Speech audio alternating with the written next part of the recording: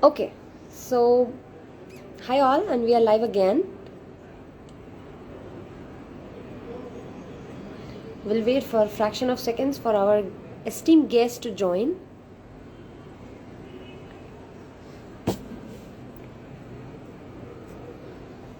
Can anyone tell me a cardiac remedy, organospecific cardiac remedy, which should not be frequently repeated? Because we have started our new 2022 Instagram live with reading Alan Keynote and Bohrik with Dr.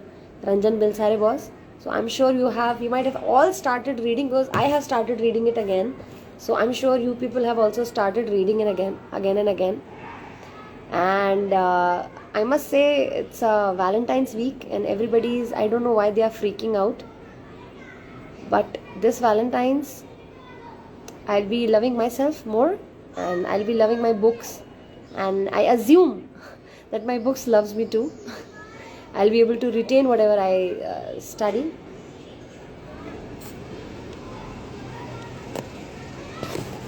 So let's try to get our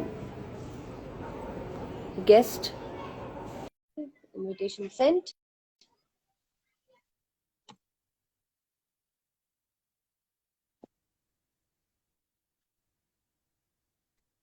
Yeah, good afternoon. Now it's fine? Perfect. Thank you so much. Right. But I'm getting noise. Oh my God.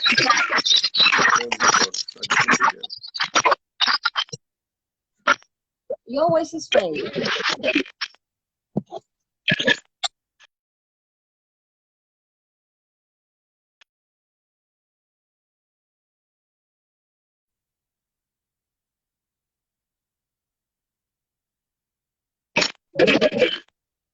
Yeah,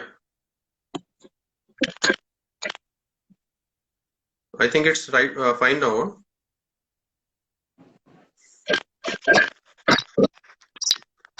Dr. Anu, I think there is some disturbance at your end.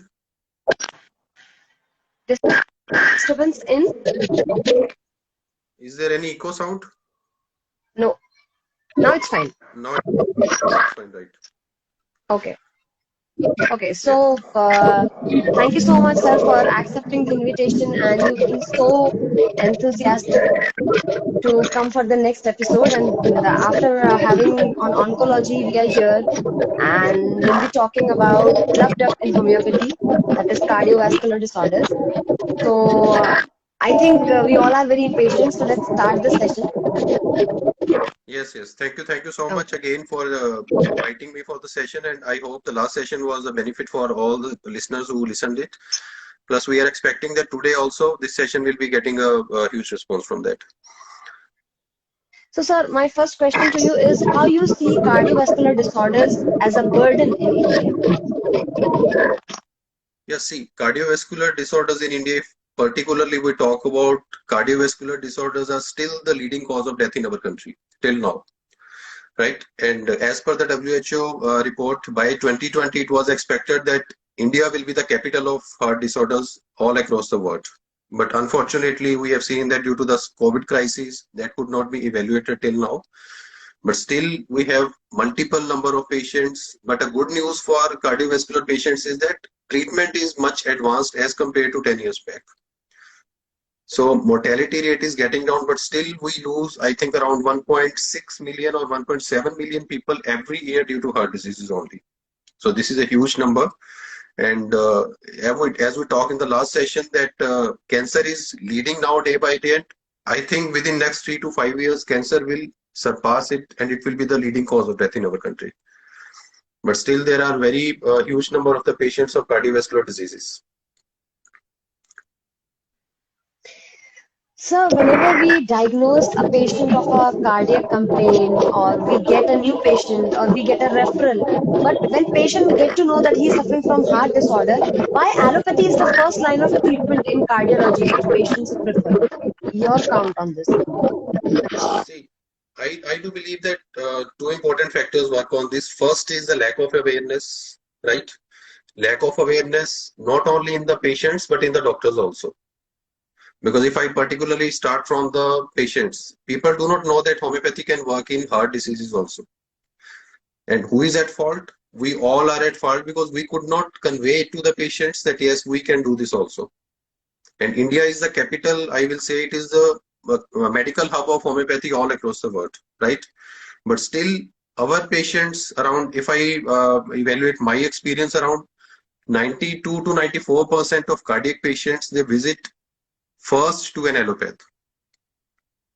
And then remaining 6%, around 4 to 5%, they visit to a homeopath, and 1 or 2% they visit to the other streams of medicine. And when you think the 5% of patients who are visiting to a homeopath, how much confidence we exhibit to the patient that yes, I can handle this, right? So in that case, I think only 2 or 3% patients, they could resort to the homeopathy and they take treatment from it.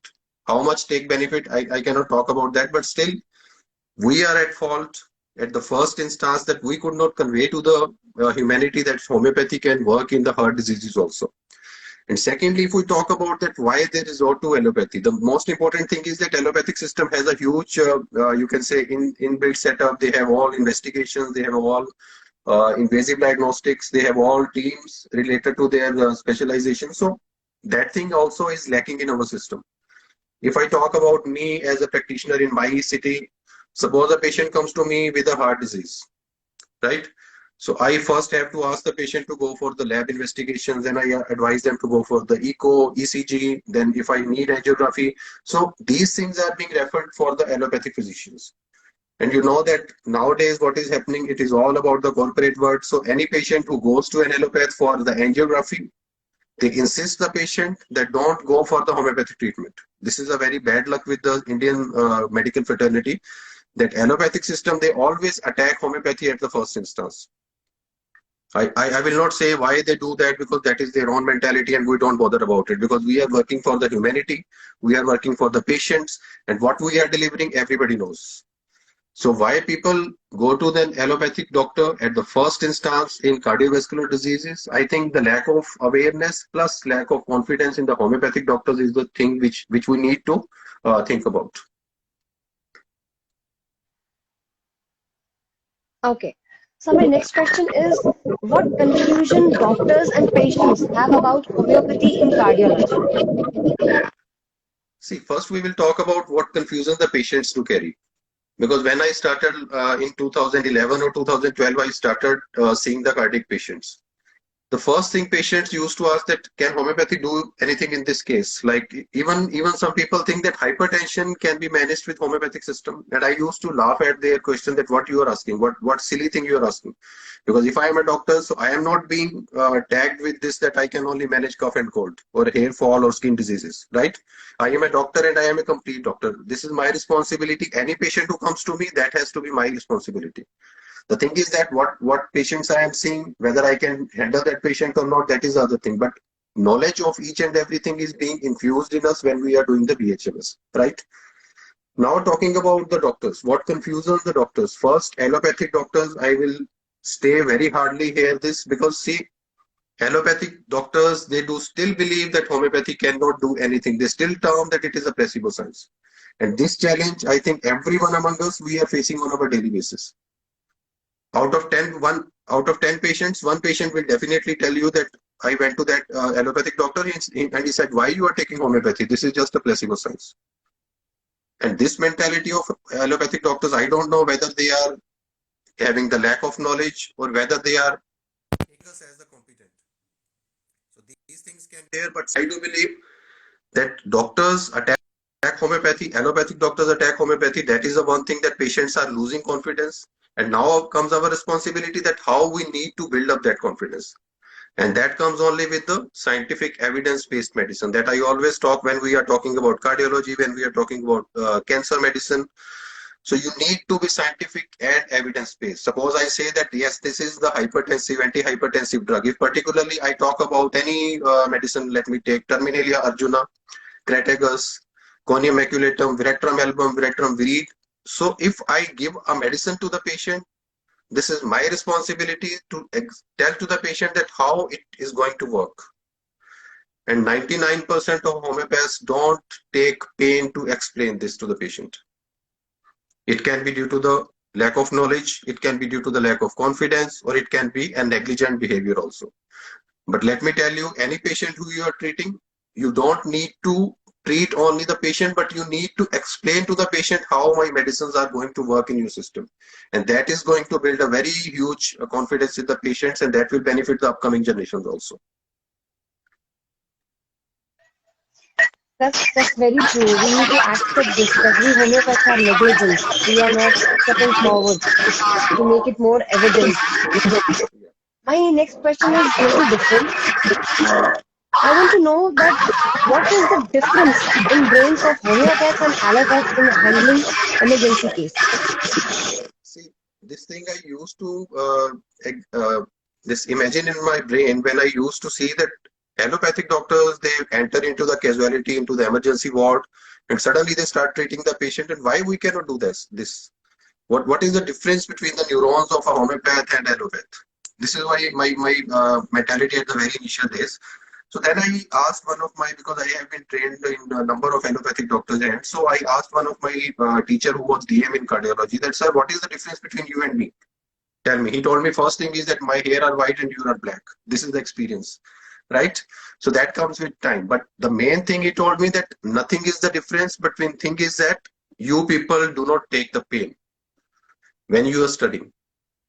We are very you can say soft-handled, spoon-fed people that yes, you just take this spoon and put it in your mouth and you need to repertorize the case and that's all.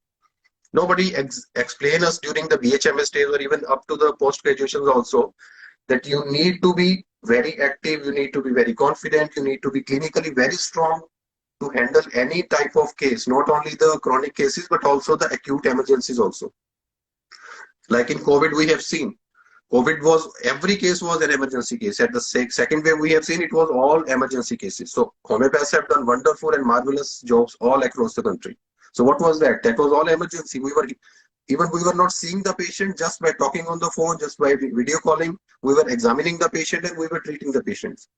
And everybody knows that how a huge difference homeopathy made in the second wave of the COVID. So when you can handle a new disease which was totally new to the whole world, then why you cannot handle these emergencies which are for last 300 years or 400 years back? So thing is that there is nothing difference between the brains, but thing is that we are different in passion, confidence, plus the most important thing, the clinical knowledge. If I say 10 allopaths are sitting in a room and I ask one of homeopath to enter the room, he will need to think about it, should I enter or not? This is our situation. I know this is a live session and many people who are my patients or who are laymen, they might also be listening. But yes, this is the reality and we need to accept this. Why this is happening? Because we people are trained in a different way. No medical college in our country. I will not say that all colleges, but one or two might be there. But maximum medical college, homeopathic medical colleges in our country, they do not tell you that how to handle emergency. No life-saving procedures. I still remember in 2017 or 2018, we had a radical home workshop, live workshop for the emergency medicine in New Delhi. And let me tell you that 70 doctors were present in there and only 12 or 13 people told me that, sir, I do know that how to do CPR to a patient. So see, this is experienced people, they were not aware that how to do CPR. And CPR is not a medical procedure. It is if you go to America, if you go to UK, so every child even knows that how to do CPR. So things are that our training is different, our mentality, because see, if you, there is a story we used to listen in our school days that if you put a lion into a cage with a goat for many years, so he will start behaving like that goat. He will lose his all traits. So thing happened with us. We might be aware that yes, these things can happen because everybody knows aconite can work in emergency, arnica can work in emergency, any medicine can work. But how to use that is the lacking.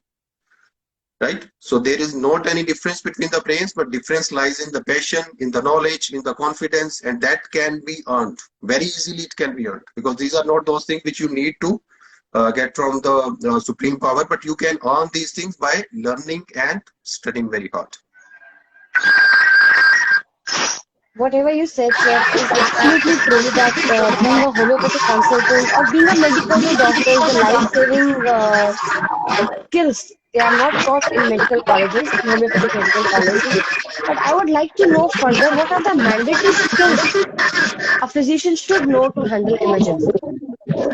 See, mandatory skills basically, let me tell you, my teacher who was DM cardio, I spent, I think, 1.5 years with him during my internship days. So he used to tell me that suppose somebody wakes you up from the sleep at 2 a.m. in the morning, you are in deep sleep, and somebody wakes up that the bed number 30 patient is having difficulty in breathing.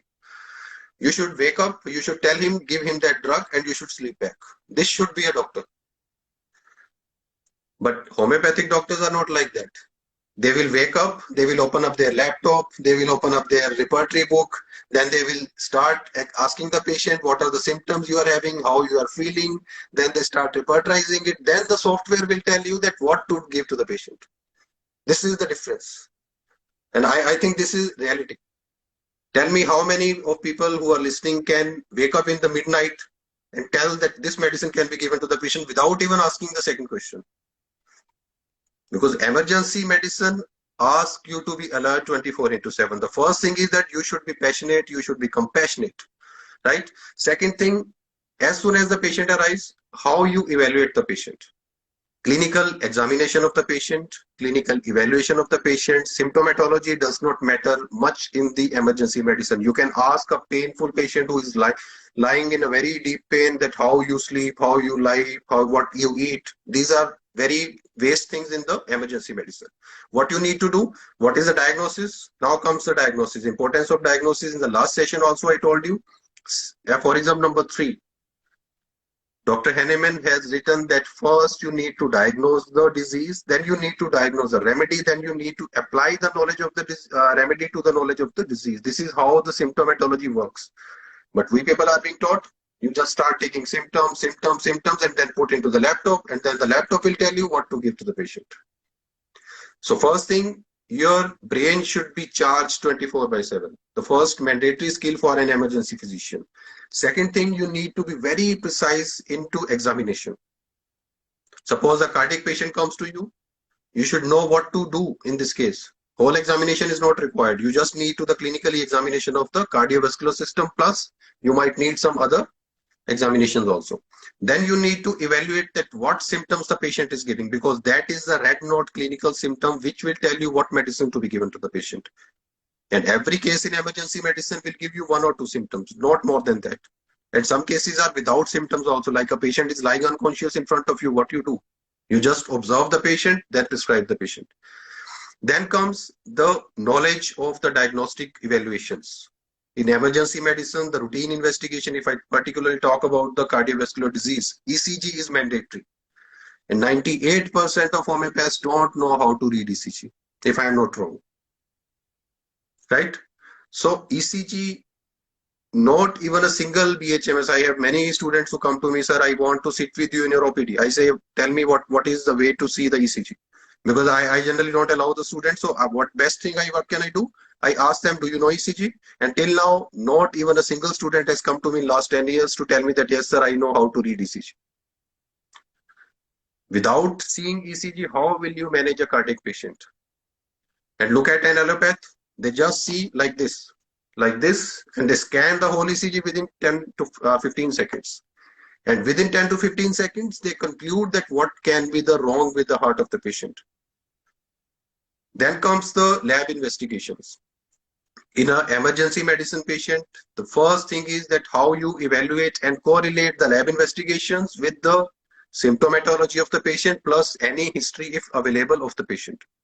Then you come to a conclusion that what can be the things that we need to do. Now comes differential diagnosis, because without clinical examination, without proper diagnosis, without proper diagnostic evaluation, you cannot conclude to the diagnosis, but you should make a differential. And if you are aware about all these things, your differential is 90 to 95% accurate. And that comes with experience. And once you arrive to the diagnosis or differential diagnosis, you start treating the patient. Now comes that how to evaluate whether your patient is responding or not. This is a challenge. And what should be the timing? So many people call me, sir, one of my relative at this thing, what to do? I ask them to give this medicine. And within 5 minutes, they call back me, sir, abhi koi farak nahi pad raha hai. So you need to be patient and you need to be aware that what to do and how to do. Because being impatient in emergency medicine can worsen the situation. Plus, the most important thing, if your patient is not responding, immediately need to change the medicine. Because in emergency medicine, I do believe if within 5 to 10 minutes the patient is not responding, your medicine is not correct. And don't be hesitate in front of 10 people saying that my medicine has not worked. Because we people are not God. We people are the clinicians. We are trained professionals. Many times I see people say that, no, my medicine is correct, patient is not responding. So what does it mean? Your medicine is not correct. That's why he's not responding. Say it openly that my medicine selection was wrong. What is it? What is wrong in this? People will like you for this because you accept your own failures and immediately start the next medicine. And once the patient responds to the medicine, immediately stop repeating the medicine. This is also one of the biggest challenge people do not know, because in emergency medicine, your vital force is hanged. Dr. Hahnemann has written the word suspension in suspension. So when your vital force is suspended, you just slap. I generally used to say that I use slap it very hard so that it should wake up, right? And to slap it hard, you need high potencies, 10 m, 50 m, even cm also. So once your vital force is aligned, immediately stop repeating the medications and you will see that within next 5 to 15 minutes, your patient will be revived. So these things are very mandatory to manage a critical case or manage an emergency medicine situation, right?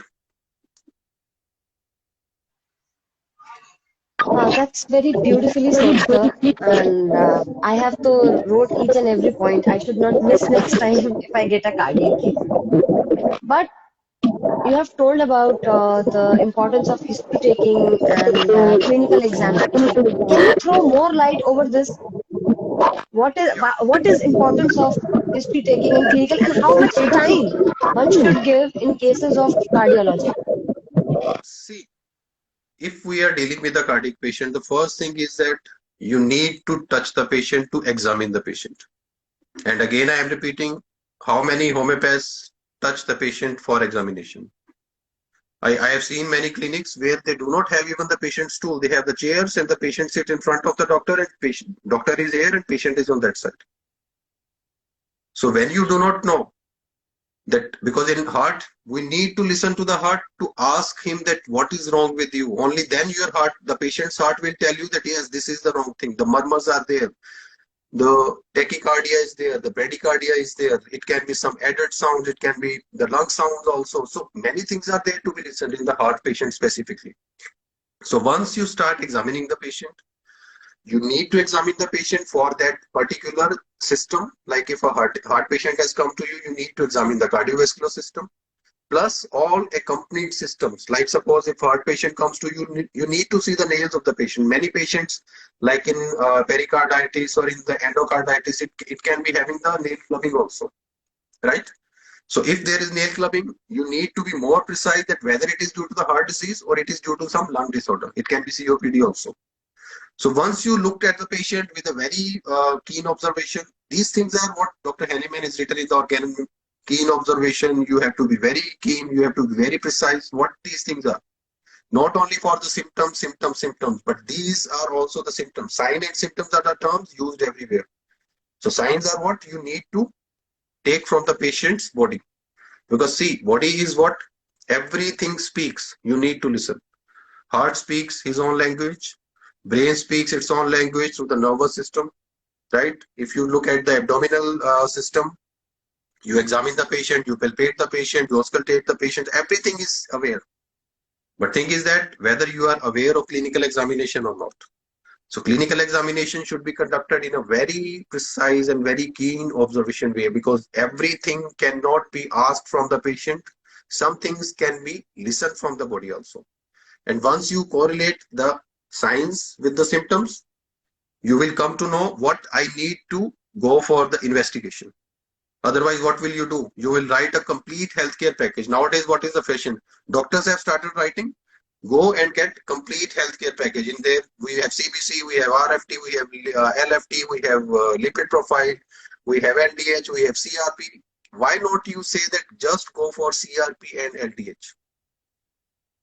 Why it happens? Because we don't know what is the relevance of CRP or LDH in this case. And we write all the this lab investigation. The patient comes with a 10 to 15 pages reports.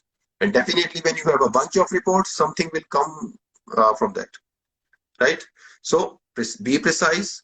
Lab investigations are required, but minimum lab investigation should be conducted. I always insist so many times my patients to come. They come with the unwanted reports and I ask them, who told you to do this? They said, no, sir, the lab, वो lab वाला बोल रहा था, पूरा package करवा लो. It is more this convenient plus more this financially better. So I tell them, why you are wasting your own blood? I have written only 2 tests and it might require 2 ml of your blood and you have given 10 ml of your blood. So this is your issue. No? So be precise and make sure every patient, any system patient, not only the cardiac patient, but any disorder patient comes to you, you need to evaluate the patient clinically as well. As soon as you start evaluating the patient, this will become a routine practice. Right? So I always say that this thing should always be in your neck. This is not a necklace, this is a stethoscope. I see people put images on the social media, but they don't use it. Right? So start using it, start auscultating, and the remaining thing, this COVID has done, the last coffin in the nail. So what happened after COVID, we are afraid of touching the patient. That was the last nail in the coffin, I think. So start examining the patient. That is very much required. That is the mandatory thing, right? Yes. So my next question is, what is the scope of homeopathy in EMR medicine and cardiology? So see, first, if I say that what is the scope in EMR, emergency medicine? Emergency medicine, see, a simple high-grade fever can also be an emergency situation.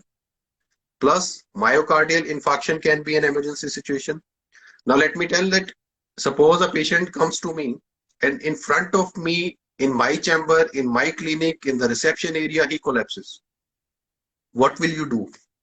Being a doctor, what is my responsibility? Let me tell you another example. You are flying at 13,000 feet in the airplane, right? And suddenly somebody collapses and the pilot announces, anybody doctor in the plane, and you wake up. You say that, yes, I am a doctor. And then you go to the patient tells me, the doctor, I have chest pain. So you will tell him that, no, I am a homeopath, I cannot deal with you. Can you say that? People will start kicking you out of the plane from 30,000 feet. I can say that. Doctor is a physician first, then he can be a homeopath, then he can be allopath, then he can be an Ayurvedic or whatever. Right? Now, scope of homeopathic system in all these emergencies. Now, let me tell you, any medicine you prescribe to the patient, it can be a life-saving drug. This is the beauty of homeopathic system. Like in COVID, we have seen the medicine, the Brinia, the Gelsemium, Eupatorium, this arsenic, Antium tart, all these medicines are being used for the routine acute cases also, right? But in COVID, we have seen these medicines have proven as a very good life-saving drugs. So what was the difference? Our approach. This was all. Because we have seen out of the way now that yes, this medicine can be used for this purpose also. And then we say, yes, this medicine is a wonderful medicine, but this was present for last 300 years, till the time Dr. Henneman or any other prover has done the proving of that medicine. So emergency medicine can be managed with homeopathic system, but the thing is that the selection of remedy should be near to the accurate. I will not say accurate, but near to the accurate. Because Dr. Kent and Dr. Henneman himself has written that it is a very less time that you prescribe the similimum. It is near to the similimum, but never it comes out to be the similimum. And secondly, about the you asked about emergency and cardiovascular disorders. Now, cardiovascular disorders, particularly, I named the diseases that I have handled in my own experience. Coronary artery disease, you can manage wonderfully with homeopathic system. Myocardial infarction also you can manage wonderfully. At least you can give the first aid to the patient, right? Then you see all the valvular heart diseases, aortic sclerosis, aortic stenosis, then all valvular stenosis and sclerosis, rheumatic heart disease, then hypertrophic cardiomyopathy. Then we talk about this congenital heart disease, atrial septal defect, ventricular septal defect. These are wonderful. I have wonderful experience in this because when you know that what homeopathy can do. Your confidence is like this, and anytime the patient comes to you next time, you can say that this is the number of percentage of chances what we can do or what we can help you with this. Then comes out with the hypertension, hypotension, electrolyte imbalances, hypercholesteremia, hypertriglyceridemia. So all things can be managed except only the surgical diseases, right? We cannot do bypass. We cannot do this stenting in 100% occluded artery. And let me tell you, 100% occlusion also. Nowadays, the fashion in the allopathic system is that if a coronary angiography report says it is 100%, you can imagine it will be 80 to 90% because they create a heap or hike of that so that the patient should go for the stenting. This is happening every day, right? Plus, you need to be very precise about that which artery blockage can be treated with homeopathy and what up to what extent. Like can I ask a question to the audience? Yeah. Who will tell me that what is which coronary artery is known as the widowmaker?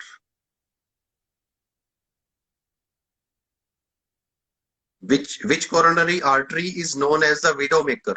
W-I-D-O-W, widowmaker. Who will tell? The people who have joined, I think, attended my earlier sessions of cardio, they should be aware about it. The widowmaker coronary artery. Anybody replied?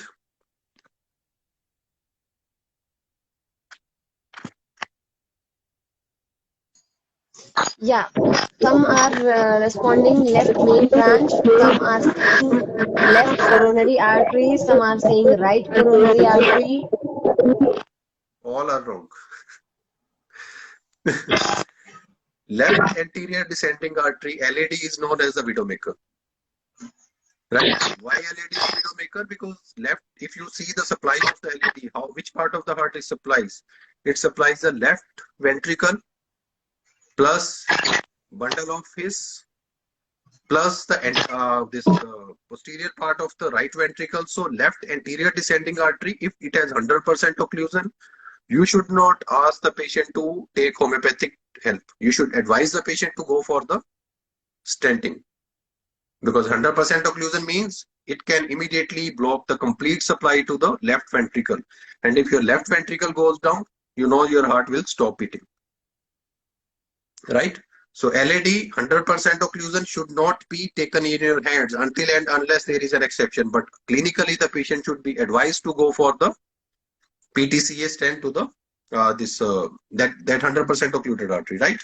Otherwise, left and right main coronary artery, it should also be avoided because right coronary artery does not have any branches, right?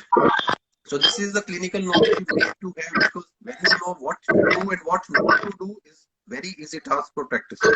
Which case you can tackle, which case you cannot handle, that should be clear, right? Any surgical case in cardiovascular diseases, we need a surgical opinion or help from the cardiovascular surgeon. Otherwise, all cases I told you, we can beautifully manage, and even we can cure maximum of all these cases within 3 to 6 months or 6 months to 1 year of time. So my next question is a bit personal. We would love to know how you landed up into cardiology in homeopathy. Your journey in cardiology. Let me tell you, I think it was 2011 or 2012. What happened, I was just about to leave my clinic for my lunchtime. It was around 2 p.m. or 2:15 p.m. because it was very initial time, and I had no experience of all these cases. So what happened? The receptionist from my reception area came to me, sir, one of the lady that she entered into the clinic, she has collapsed on the reception. And unfortunately, she has already collapsed. She was completely unconscious. The person who was accompanying her, at that time we were not aware who is that person. So what happened? She has collapsed. This is all what I know, what my staff know, what my team know. So now tell me what to do in that case. What symptoms I should ask from that patient? The patient who is lying unconscious, and that is a new patient. I don't know any history of that patient also. So the first thing what we need to do, we need to check the pulse of the patient. We need to auscultate the patient, plus we need to check the blood pressure of the patient, right? Blood pressure of the patient was malignant hypertension. Malignant hypertension means systolic was above 180 and diastolic was above 120. And that was my first case of my life. And it was definitely a nerve-jerking situation that what to do in this case. The patient is lying unconscious, BP is 190, what to do? Fortunately, at the time when I used to, in my internship time, I used to be with the DM cardio. Whenever he used to see a patient, while coming back home, I tried to review that what medicines we can use. And I had a very small database at that time, around 20 to 25 medicines which we can use in cardiovascular diseases. And the first thing that came to my mind that this is a malignant hypertension, so I need to manage her BP first. This is what I could think about that time. So first medicine came to my mind was Viretrum album, because I had studied it in detail that Viretrum album is a very good antihypertensive drug. I started prescribing her into a 0/1 potency, LM potency, because at that time I used to give a lot of LM potencies to the patient. Every 5 minutes, repetition of doses, and fortunately within 10 to 15 minutes, the patient regained the conscious. And that was a very big, you can say, surprise for me that only 2 or 3 doses of a drug that is in my clinic and the patient has regained the conscious and the BP started sliding down slowly.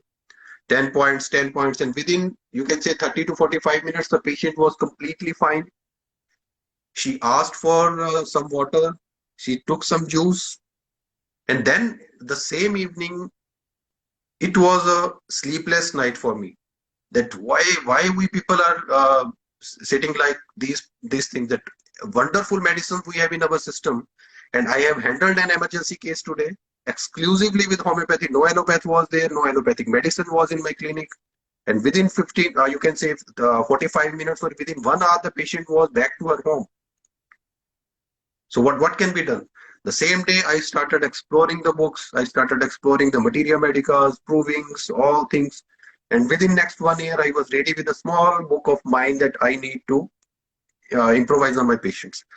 So within, you can say by 2012, I started seeing the cardiac patients, starting from the hypertension, hypotension, electrolyte imbalances, arrhythmias. And then what happened? The cases started rolling down from the coronary artery disease, congenital heart disease, and this is what the part is the history. And till now, I have seen, I think, more than 25,000 cardiac cases only. So this is how you have started your journey.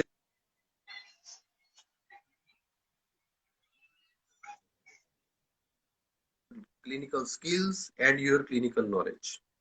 And knowledge Did has I no hear shortcut. 25,000? Sorry? Did I hear 25,000 cardiac cases? 25,000 total patients I have seen, and around 10,000 patients of cardiac disorders I have seen. Right? So these things Sir, only come. Sir, being homeopathic, we should know our limitations too. So, can you throw some light at what cardiac diseases can be managed with homeopathy? Yeah, I already told you that cardiac diseases, we can manage all diseases, whether they are the hypertension, hypotension, arrhythmias also. Arrhythmias are always responding very well to the homeopathic system. Spigelia is the medicine, cactus is the medicine, lilium tig is the medicine, right? If I talk about the coronary artery disease, it can be managed well with the homeopathic system, but all cases cannot be cured. Cured means complete reversal of the pathology. So all cases cannot be cured, but yes, the patients can be helped to avoid the surgical procedure. So in that case, what you can do, medicines, I'm telling medicines side by side, like Terminalia arjuna is there, Crataegus is there, Strombulus moscatus is there, Beretta iodatum is there, Beretta mur is there, Calcarea iodatum, Calcarea car. All these medicines are very good medicines for the blockage. Then we talk about this valvular heart diseases. We have spongia, we have naja, we have this lilium tick, califos, we have. Then we talk about this cardiomyopathy. Again, Crataegus is of good medicine, Terminalia arjuna is good medicine. Then we talk about this, what ailments we have other. Then rheumatic heart disease, the same way we manage the cardiomyopathy, right? Then we can manage congenital heart disease, one of the best thing that I have treated till now, because saving a small 1 and 1.5 year kid from congenital heart disease surgery is the best thing you can do. So that can be managed wonderfully with this lorosirosis. You can use Naja, you can use Spogia, you can use this Terminalia. Terminalia generally we use in small kids into the 6x trituration, but in the elder patients we use into the mother tincture. So all these ailments can be managed. I told you that only coronary artery bypass grafting patient needs to go for the surgery. Else, other maximum cases we can do manage.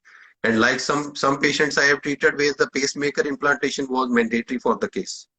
Like in Stoke-Adams syndrome. Stoke-Adams syndrome, if people are aware about it, what we have in Stoke-Adams syndrome, that aortic sclerosis and aortic stenosis leads to the this repetition of the syncope episodes. So that can be managed wonderfully. And I have treated some cases where the patient is 78 years old, 80 years old, and more than 80 also. So doing surgery in those cases is almost difficult. So managing those patients with homeopathic system, that is also another part. Like in the last session, I told you that palliative management. Everybody cannot be cured, but many people need only the medical management till the time they are alive. So that is also the part of your practice. Like in cardiovascular also, sometimes old age patients, they cannot be operated upon for a very life-grave situation. So you can add on your medicine so that the remaining part of their life can be on the medication, but that should be the peaceful and with the quality of life. So all these ailments can be very well managed with the homeopathic system. Sir, can you share few cases which you have managed with homeopathy in your practice, specifically in cardiology part? See, cases, I told you multiple number of cases, but few cases they remain in your mind always because they were some exceptional cases, right?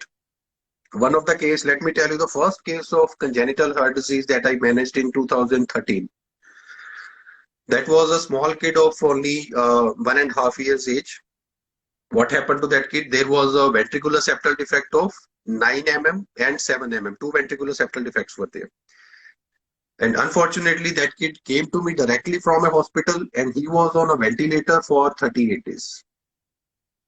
And after 38 days, when the patient, not a patient, I will say small baby who was on ventilator for 38 days, he came to me from the hospital that this is the situation.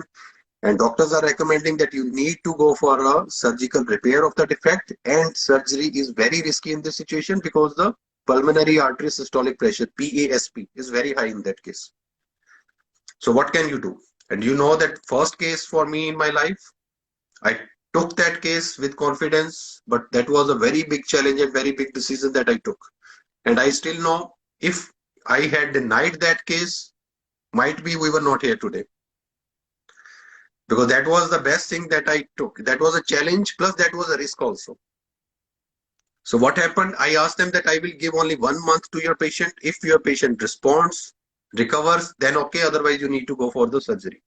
But the challenge was that the patient was in a very big respiratory distress. And the doctors of the allopathic system have told that if this patient lands into the intubation again, he may collapse. So now challenge is that whether you can manage such patients with the home care. This is a big challenge. Sometimes you need to decide whether this patient needs hospitalization or can be managed with the OPD care also. So fortunately, I could evaluate the situation and we started the medicine, and lorosirosis was the best boon for that case. We started giving to that patient and within, you can say 24 days, another echo was repeated. The pressure was near to normal. It was, I think, earlier, if I tell you, let me tell you from the book, because that is the first case in my book. The pressure in that case, I think, was the pulmonary artery systolic pressure. Let me tell, because that should be very precise. People are listening. Yeah. So pulmonary artery systolic pressure in that case,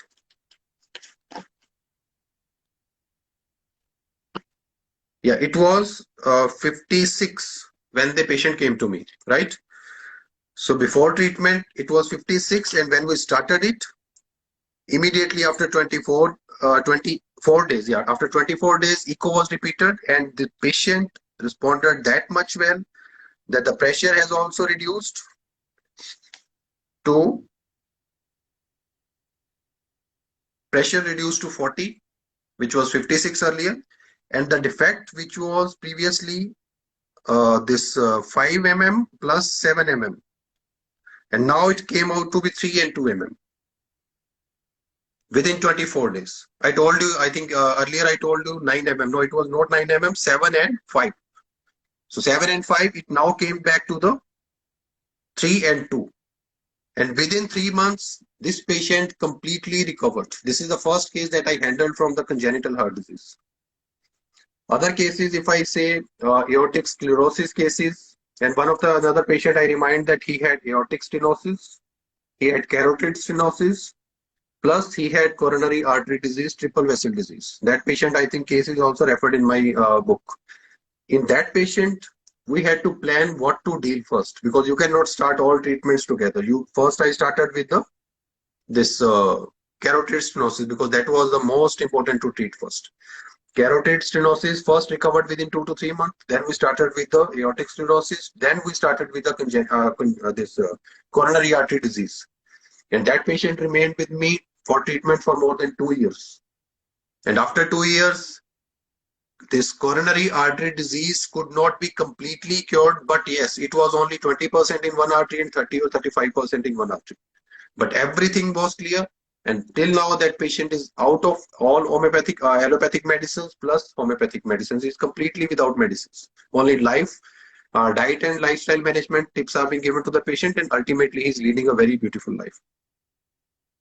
So these are few cases. Many other cases are there, but yes, these are few cases that I can share because these are very special cases when you deal with some challenges.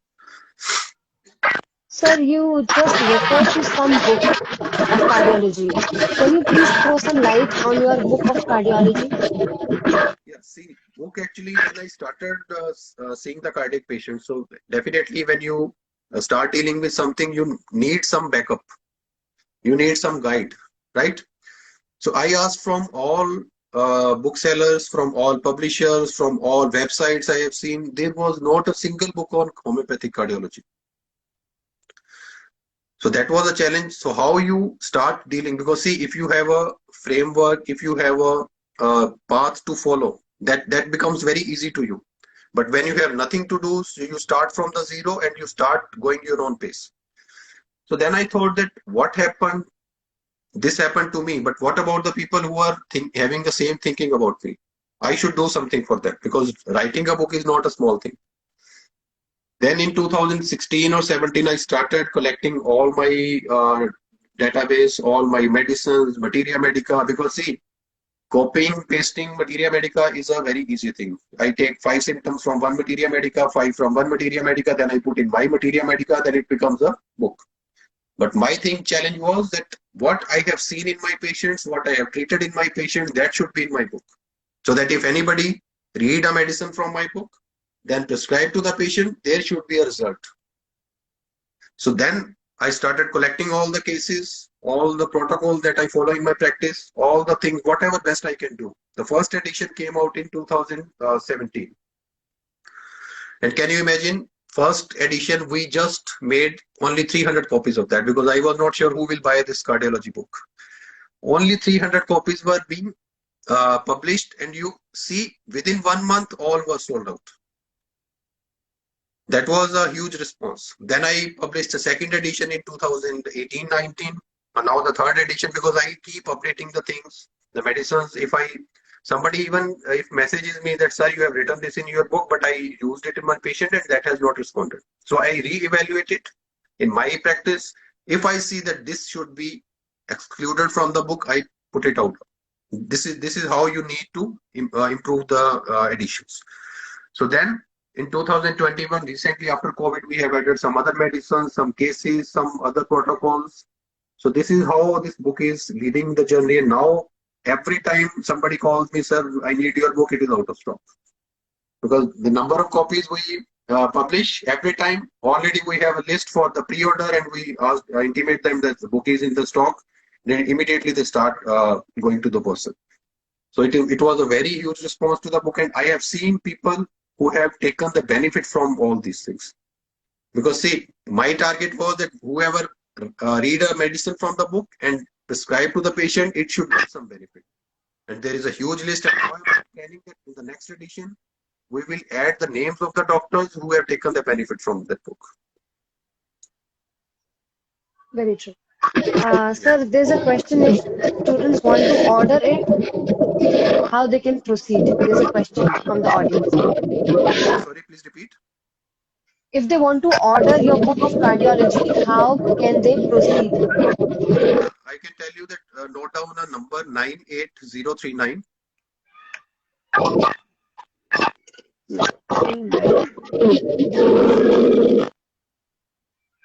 108 1 08 98039 14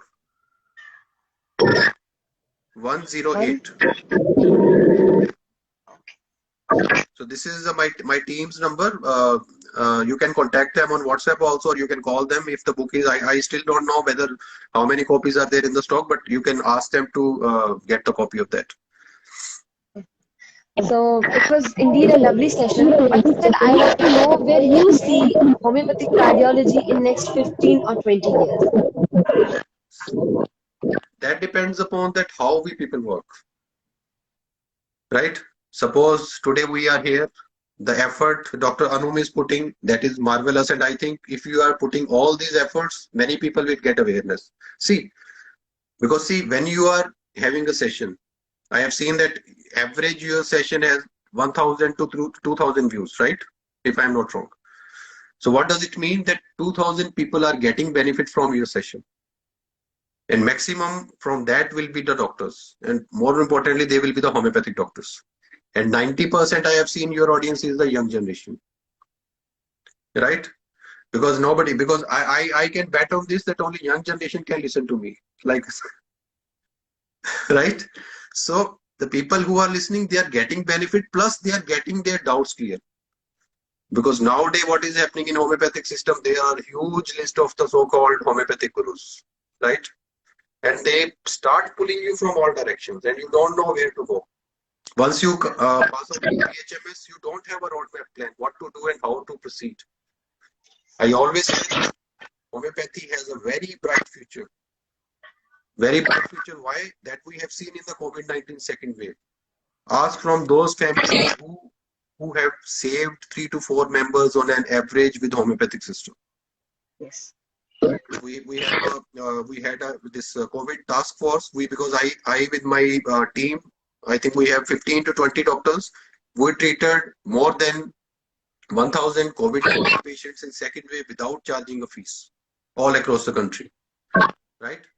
So what happened in that case? We have seen the people who have recovered with the homeopathic system, not in the active infection, but into the post-COVID complications also. They actually know what is the exact benefit of homeopathy. And you might be taking it as a very light because we people are earning from it, right? But ask from somebody who has saved a life with homeopathic intervention. What is the importance of homeopathy? And within next 10 to 15 or 20 years, I can see that homeopathic system will be the leading system of medicine in our country. If we people all together do something very good. And what you need to do, study very hard, do evidence-based practice, and don't go behind anybody. I always say Dr. Hahnemann is the master of homeopathy. We don't need any second master or third master. Yeah. If you follow Dr. Hahnemann only 10 to 20%, I can bet you that your generation will become a very good homeopathic doctors. Because we cannot do 100% follow of Dr. Hahnemann. He has a huge role. And plus, always do read good books. Good books means diagnosis of disease. It should be the part of your practice. Any patient comes to you, first your thought should be, what is the disease of this patient? And try to use minimum repertorization softwares. Don't take it because I hope many repertorization software companies might be the audience, but I don't want you to handicap, right? Repertorization is I must add here that the problem with the repertorization and the softwares is it will mechanically, technically tell you what you have put inside it. That is garbage in, garbage out. Basically, As simple as see, that. yeah, And जो मुझे शिकायत है वो शिकायत नहीं है मतलब every time I get results then those set of 8 to 10 polytest remedies they come and they align themselves. Barely I get any organ specific remedy, barely I get any rare remedy. तो मुझे ये शिकायत है this is not repertory shikayat, but this is the softwares की. reality actually. Why? Because see, if you are practicing like this way, your practice will be limited to maximum 20 to 25 remedies. I have seen people who use repertory software, they have very limited. Every case they prescribe natramur, phosphorus, sulfur, lycopodium, nux vomica. And unfortunately, the people who don't use repertory, they never prescribe natramur, phosphorus, sulfur to patients in a very routine practice. You just check my cases. I have never given natramur, nux vomica, sulfur, phosphorus, lycopodium to even a single patient of cardiac disorder. Because I do pathological prescription, right? But my patients are recovering. I have all evidence-based reports. So what does it mean? Can you imagine that Crataegus, Terminalia arjuna, Laurocirrhosis, Spongia tosta, Convallaria, all these medicines can come in the repertorization sheet? They can never come. Right? So try to be your own support rather than using the support of the system of the repertory softwares. Everybody has software. I do also have repertory software, but I never use it. Let me tell you. I only use it when my brain is completely collapsed and I don't know what to do. Then I take help of that, but sometimes I do criticize that software also. Why you are telling me that give natramur to this patient? This is not the remedy for this case. Use your own precision, use your own materia medica, and materia medica knowledge is very important. Why the Calcutta doctors are leading in the system, homeopathic system in our country? If I say that why Calcutta people are having all drugs on their tips, because they read materia medica and we people read repertorization. This is the difference. National Institute of Homeopathy, just go there and see what practice, right? Every approach should be adopted, but that does not mean that you just start taking the symptoms, putting in the software and putting into the patient's mouth that you are natramur. This is what we people do.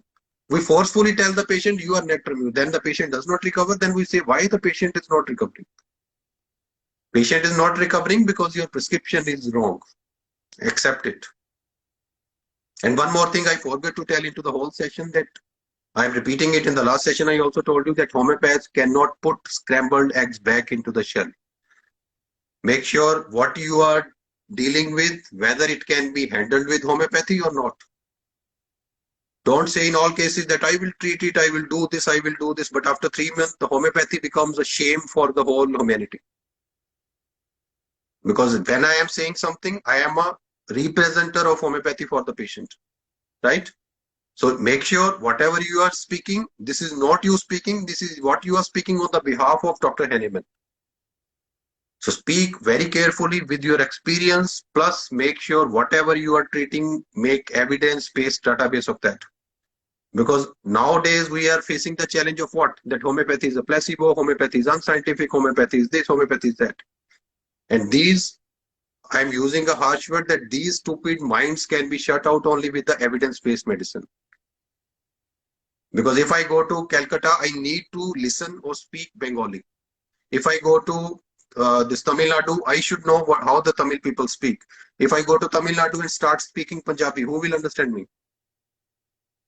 Right? So scientific people do not understand your organ of medicine. Scientific people do not understand your vital force, your principles. They need evidence-based database. And put it in their mouth and they will shut out. This is how you can stop them. And this is the responsibility of young generation, that within next 10 years, there should be a huge database of homeopathic cases being treated. And that should have pre-treatment reports, post-treatment reports, plus what medicines you gave and why you gave that medicine. This is important. Justification of your prescription is mandatory in all cases. If I give laurocirrhosis to a patient, it is my responsibility to tell the scientific community how it worked. Otherwise, they will tell this is a placebo science, right? One last question. How to this is one of my teacher asked this question, MD teacher, that how we can study materia medica and or how we can teach materia medica in the colleges with respect to cardiology. See, materia medica not only with respect to cardiology, but with respect to each and every system. Materia medica should not be a this what like poems in medical college. What happens? A for apple, B for boy. This is how the materia medica is being taught. Aconite, fear of this, fear of this. That's all. Have you seen a patient coming to you in your practice? The doctor, I do have a sense of cage on my chest. Any patient told you? Nobody will tell you. And cactus says the patient has a sensation like their cage is there in the chest. This is a very big challenge for us to interpret the patient's language to the materia medica language, because the most of the provings were done in the European countries, right? And we people are Indians. We don't bother about small things. Our patients don't bother about chest pain, about neck pain, about headache. They don't bother. They come to you when they have a heart attack, right? So make sure when you are dealing with the patient, now coming to the materia medica, teaching and reading, both I am telling you. If I say how to read materia medica, let me take you an example. Any small medicine you can take, like Veratrum album you take, right? Now you, first thing you should know how Veratrum album is prepared, means what is the source of the medicine. If it is plant source, it is chemical source, it is animal source, it is nosol, it is sarcode. First thing. Now start studying the all physical, chemical, biochemical properties of that source. 50% of your work is done, your medicine will be clear. Now come to the materia medica proving. Now correlate with the source knowledge with the materia medica symptoms, because see, the things which are present in the crude form, they will be formed into the symptomatology. This is how the proving works, right? Like cinchona bark, Dr. Henneman has seen by taking some of the cinchona bark. He started ingested it, and what happened? Within few days, he had symptoms of malaria. Now that cinchona or China will be treating the malaria patients, right? Now, what is being done in the colleges? We are not being told about cinchona bark. We are being told about China officinalis, materia medica. And we people start making what we call in our language ratification. Usko yaad karo, yaad karo, yaad karo. Right? You cannot cram the materia medica. आप उसको याद नहीं रख सकते हो. This is my challenge. If I say anybody in this session today, tell me what is written on that page of materia medica in this line. You cannot tell that. But yes, if you are aware with the basics of that remedy, what seat of action, most important thing is the seat of action. All medicines cannot act on all parts of the body. This is my clear-cut indication in this case. Unfortunately, our materia medica have from the head to the generalities, everything, small symptoms, eye, ear, nose, throat, then face. So everything is written. So that does not mean that every symptoms can be seen in the patients. Now coming to the next part, how to correlate with the scientific evidence-based studies. If I tell you Terminalia arjuna, right? It is a very wonderful medicine for the heart blockages, coronary artery block. Start correlating it with the scientific research papers. That is there any research paper on Terminalia arjuna available? It should not be homeopathic. It is about Terminalia arjuna, the crude form. If it is there, you need to study it, that what are the active principles of Terminalia arjuna, which makes it as a very good medicine for the heart blockage. So starting from the source of the medicine, going to the research papers, now comes the materia medica. Now materia medica should not be taught in the way that it is being done. You should take your clinical data. Like if I tell this number of patients I have treated with Terminalia arjuna, and if I take all these patients, this much number of patients gave me this symptom. That's why I prescribe it. This is what we call the clinical proving in our system. Clinical proving means if I gave this medicine to the patient, this symptom was relieved. This was not present in the earlier symptomatology, but after giving in my practice, I have seen the clinical proving of this remedy. So this is how you start reading materia medica, teaching materia medica, and you will see the difference in the practice. Definitely. You have cleared each and every doubt of to these practitioners and teachers as well. So thank you so much for your valuable time, sir. And you are always energetic, whatever be the topic. What I have learned is to take my stand and make homeopathy more acceptable, more evidence-based. And although organ was written 200 years ago, but to make it more acceptable, we have to correlate it scientifically. We have to prove it scientifically because not everybody is going to accept the law of vital force or the existence of vital force. So something is there which is curable, how medicines are working. So we need to put that scientific part in front of words to make it more acceptable.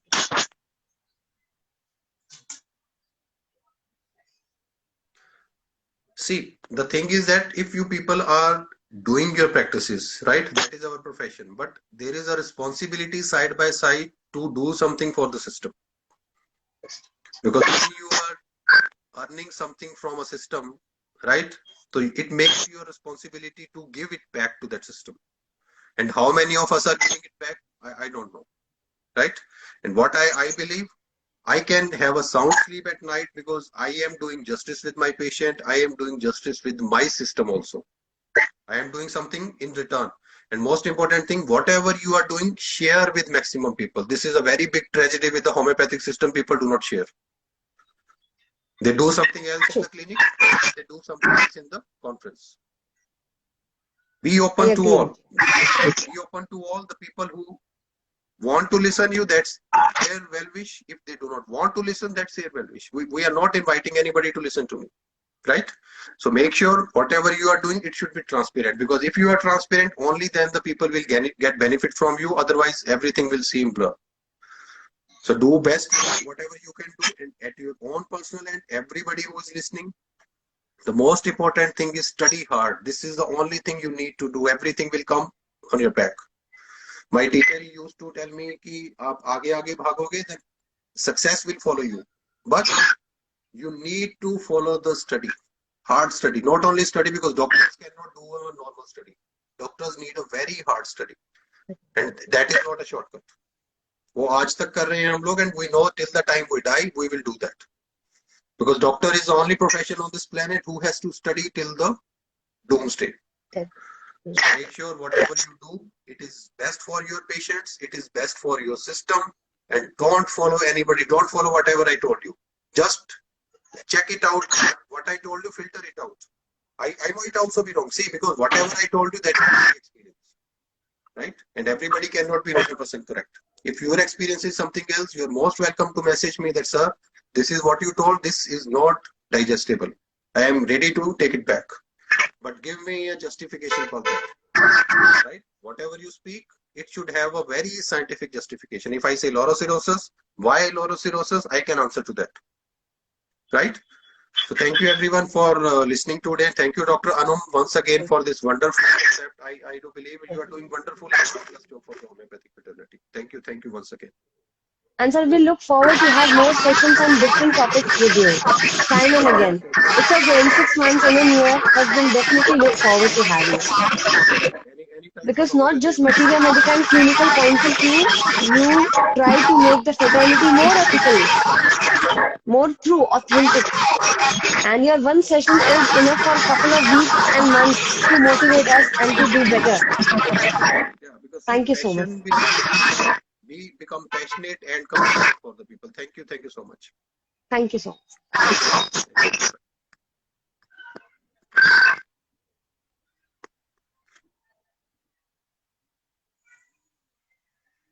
Okay, so I hope this session will help you and will study more.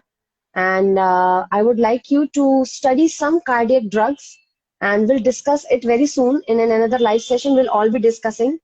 Everyone take one cardiac drugs, read the source, read some research article from PubMed or Google Scholar, and know how this medicine is working and what is the sphere of action is working. We are trying to conduct a second session of ECG basic workshop, in which not just we try to learn or how to read the ECG, but we'll also have our speaker to teach the cardiac remedies, the homeopathic cardiac remedies, and how to combat emergencies. Okay. And about the next session, I must tell you, I'm super excited about the next session, because next session is going to be even I'm so excited. I don't have words, because our next guest will be having a quiz competition, and he will be giving free gifts to all the viewers and all the participants. So stay tuned, and from tomorrow onwards, I'll be start revealing slowly about the new guest.